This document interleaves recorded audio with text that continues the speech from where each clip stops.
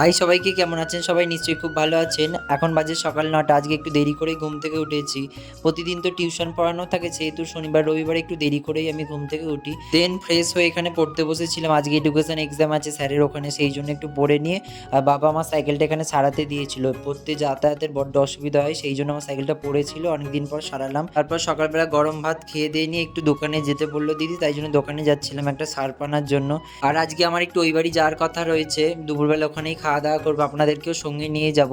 এই যে চলে এসেছি, আর ঘরে ঢুকতেই প্রথমে আমার মায়ের ঠাকুরের সিংহাসন। মা যখনই আমাদের এই বাড়ি আসতো তখনই বলতো যে ওই বাড়ির ছাদেতে তোর বাবা আঙুর ফল গাছ লাগিয়েছে, সেই জন্য মনে করলাম যে যখন গিয়েছি, যখন একবার দেখে নিই।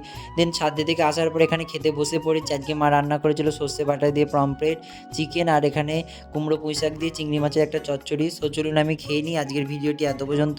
যদি ভিডিওটি ভালো লাগে অবশ্যই একটি লাইক করবেন এবং অবশ্যই কমেন্টে জানাবেন ভিডিওটি কেমন লাগলো। অনেক অনেক ভালো থাকবেন সবাই।